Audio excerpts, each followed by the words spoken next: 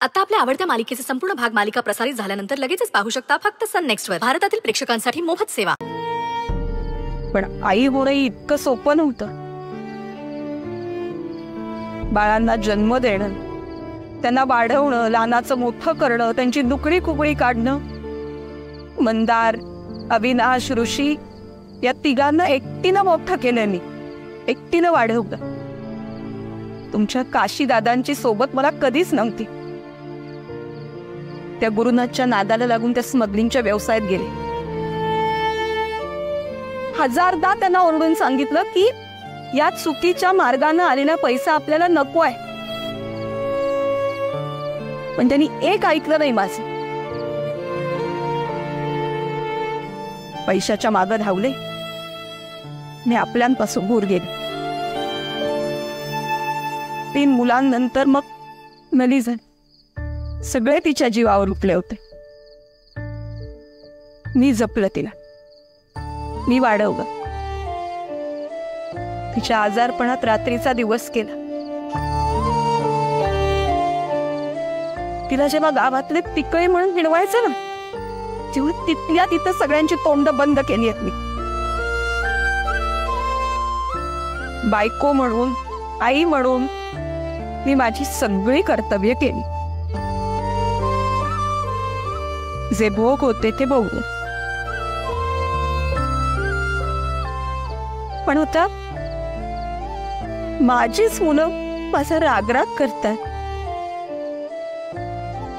माझ्यापासून सगळं लपवता, माझ्याशी खोटं बोलता.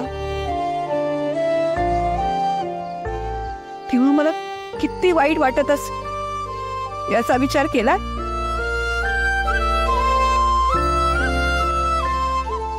रागाच्या भरात माझी पोटची मुलगी मला म्हणते हीच माझी खरी आई आहे का म्हणून.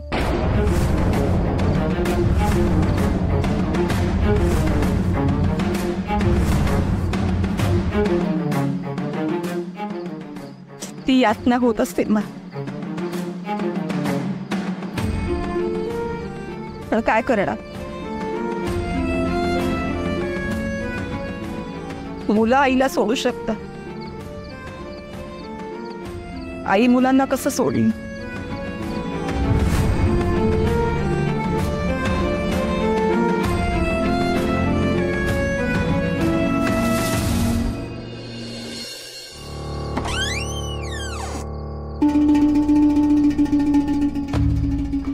आपण नमस्कार. नमस्कार. मी सायली बिरजे. वेद आहे? आहे ना. त्याला भेटायचं होतं, अर्जंट काम होतं. एवढ्या रात्री? हो, म्हणजे अर्जंट आहे म्हणूनच एवढ्या रात्री आली आहे. या ना, या. थँक्यू. शंकर, कोण आलंय रे?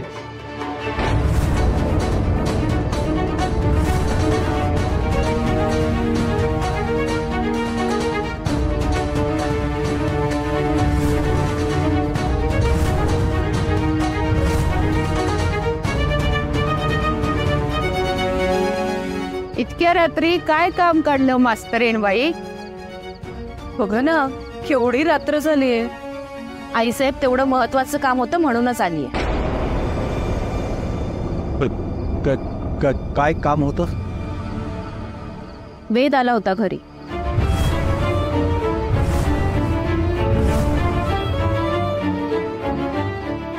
तो खूप घाईघाईत होता. त्या घाईत आमचे फोन एक्सचेंज झाले. तो द्यायला आले होते. जरा वेदला बोलवता? वेद, अरे वेद. हा जी. जरा बाहेर ये बाळा. हो, आलो.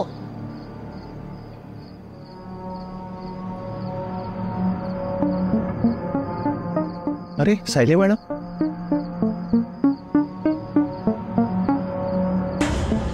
अरे आपले फोन अदला बदली झालेत.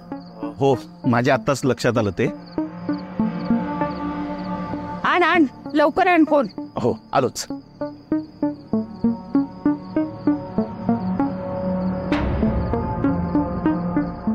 इतकी धावपळ करून तुम्ही फोन घ्यायला आलात. इतकं काय महत्वाचं आहे तुमच्या फोन मध्ये?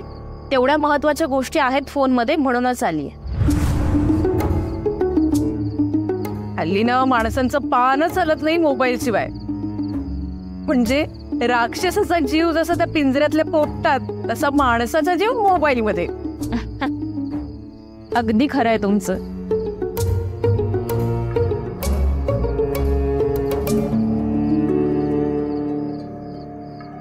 थँक्यू. सॉरी, माझ्यामुळे तुम्हाला इतक्या रात्री इथे यावं लागलं. अरे काही हरकत नाही, तुझं पण फोन शिवाय काम खोळंबलं असतं म्हणून आले. बरं चला, येते मी.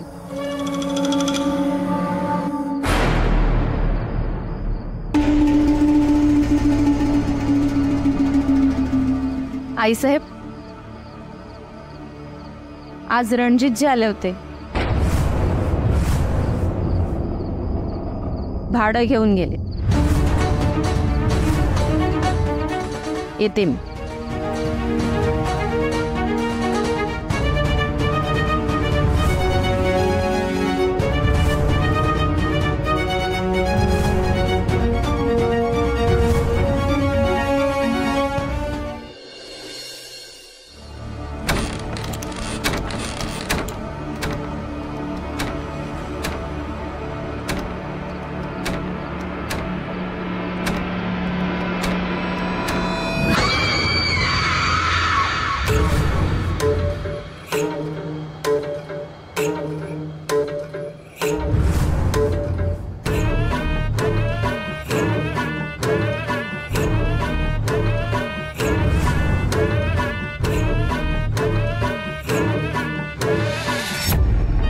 मामा,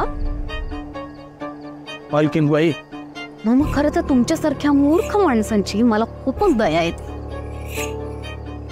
बेडकाला कळायला पाहिजे त्यांनी किती उड्या मारल्या तरी साप त्याला खाणारच. बाबाराव समोर प्रामाणिकपणाच्या तू किती उड्या मारल्या तरी बाबाराव तुला सोडणार नाही हे कधी कळणार आहे तुला?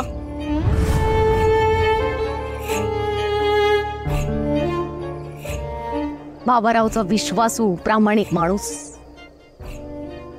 तर आता मला सांग मामा, बाबारावनी इतकी वर्ष तुझ्यासाठी काय केलं? नाही असं कसं राव, गुन्हेगारी जगातून बाहेर काढलं, पोलिसांच्या तावडीतून सोडवलं मला. आणि बाबारावनी तुला गुलाम केलं, तुला प्रतिष्ठा मिळवून दिली, गुन्हेगारी जगातून तुला माणसात आणलं. मामा, बैलगाडी खाली कुत्रा चालतो ना तसा तू खोतांच्या वाड्यासमोर पडलेला एक कुत्रा आहेस. 2 वेळेच्या भाकऱ्या टाकल्या आणि आयुष्यभरासाठीचा गडी झालास. भिकाजीचं लग्न